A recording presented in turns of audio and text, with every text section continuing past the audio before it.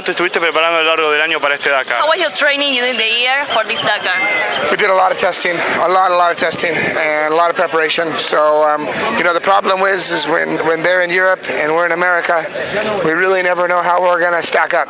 And obviously Peugeot brought new cars, and so, like last year, we didn't race the cars before they showed up here last year, and I felt we were as good as them. But obviously, the Mini is the team that we have to shoot for, and I believe that our cars will be very fast this year. Año tras año, Robbie Gordon es sinónimo de show. Este año vamos a ver un gran show. Well, Robbie Gordon is a synonym of show. This year, are we going to see more show? I don't know. I think the show will be in the results, and we need to put results up on the board and make sure that we're consistent every day and not have mechanicals. Because if we don't have mechanicals, we probably got the fastest car here to win the rally. Bueno, mucha suerte. Estamos acá con Gigi Sherit desde el Dakar 2016. Bueno, Gigi, comentanos un poco del auto que vas a estar afrontando este Dakar 2016. Tell us a bit about the car that you're going to use this year. That's pretty much the same car that we had last year, but should be faster. But we are not so sure yet if it's strong enough to reach the end, but the car is fast. So my target is try to win 2 or 3 stages. El año pasado estuvieron probando el auto. Este año van a estar enfrentándolo con más ambición. Do you have more ambitions than last year? Yeah, that's just what I said. We are going to try to win minimum 3 stages. So if we can do that, that's really a good step. And to have a really fast car to win is like take 3-4 years to develop the car. So it's only the second years of the Zebra buggy, but the car is fast. So I think we can win some stages this year. Última pregunta. Después de la etapa de Salta, que es el día de descanso, ¿cuál es la expectativa ante Bolivia?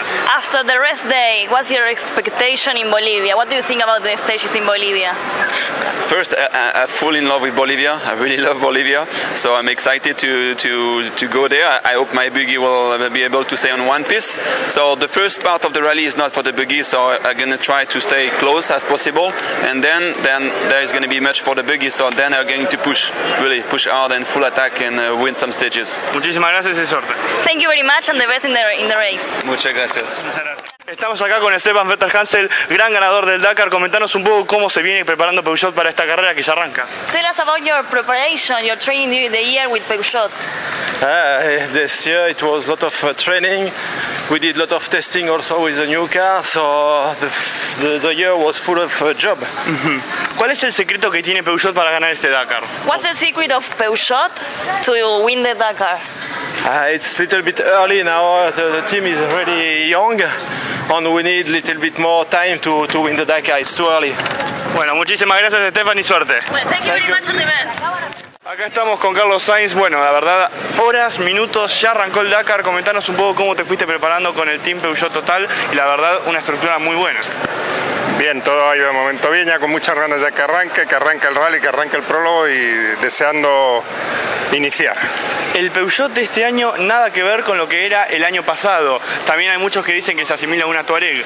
Vos que tuviste la oportunidad de correr con la Touareg, ¿no es muy similar? Touareg es 4 ruedas motrices, el Peugeot son 2 ruedas motrices, no se puede comparar nunca. Ustedes están a la altura por ahí, este campeonato que vienen siendo y reinando Mini, también está Toyota Hilux. ¿Cuál es el arma que tiene Peugeot para decir acá ganamos nosotros? Bueno, el arma se tratará de demostrar en las próximas semanas, pero ganar el Dakar con un 2 ruedas motrices es un reto que no es fácil, sí. Y más sobre todo en un terreno que no hay tanta arena como en otras ocasiones. Por último, ¿tus expectativas ante Bolivia? Espero que la altura no me afecte mucho, eso es lo más importante. Muchísimas gracias, acá con ustedes Carlos Sainz. Bueno, estamos con Laia Sanz, la verdad es que minutos, horas nomás para arrancar un nuevo Dakar. ¿Cómo se estuvieron preparando a lo largo del año? Bueno, nos preparamos bien, contenta de estar en el equipo que estoy. Pudimos hacer 3 rallies, hacer kilómetros con la moto de rally y bueno, bien preparada. Año tras año el Dakar ha sido más difícil y la verdad es que lo han demostrado. Este año, ¿cómo te ves preparada para esto?